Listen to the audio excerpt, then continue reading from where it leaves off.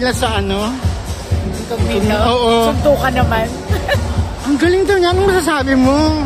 Nalagpasan ka na niya. Okay lang yun. Wala namang problema. Gano'n naman din talaga yung mangyayari. Kasi syempre, di ba nag-iiba na yung lugar namin? Sila naman ang pasipol, di ba? Kung malampasan man niya ako, uwi no ngayon. Di ba? Uwi no ngayon. Kamusta Pasko mo at bagong taon? Okay naman. Tahimik. Wala naman. Alam mo, tahimik lang. Wala, gano'n lang. Pareho, every other Christmas is the same sa amin. Na-engage pala si My third daughter, my second daughter, si Moira. Kamusta? Oo. Mag-aasawa ko na sila. Di okay lang. Wala naman ako magagawa, di ba? Darating naman talaga tayo dyan. Pero naunahan si Jake. It doesn't matter. It doesn't matter, di ba? Kanya-kanya yan hindi naman pare-pareho. So handa ka na talagang pakawalan na sila? Tanda na nila, no? Oo naman.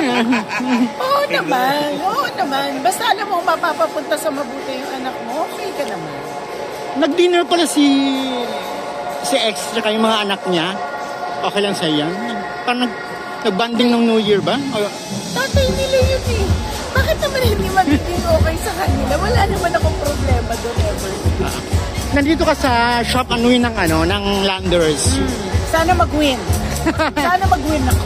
Pag nagsha-shopping ka ba dito, gaano ka kadami? Magkano dala mo? Alam mo, depende. Pero kasi, may mga trips kasi na may isang bagsakan ka ng isang bagsakan ng bili, so medyo madami yun. Pero namang, meron kang biglang kinailangan, so medyo hindi masyadong mga konti-konti lang. Depende sa pangangailangan.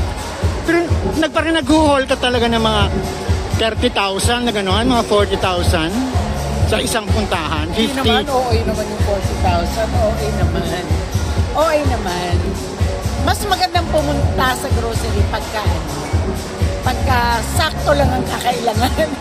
Anong tips mo sa mga nanay na mag-shop? Unahin ang priorities. Hello. Thank you. Kasi kung hindi, mapapadami ka talaga. Thank you.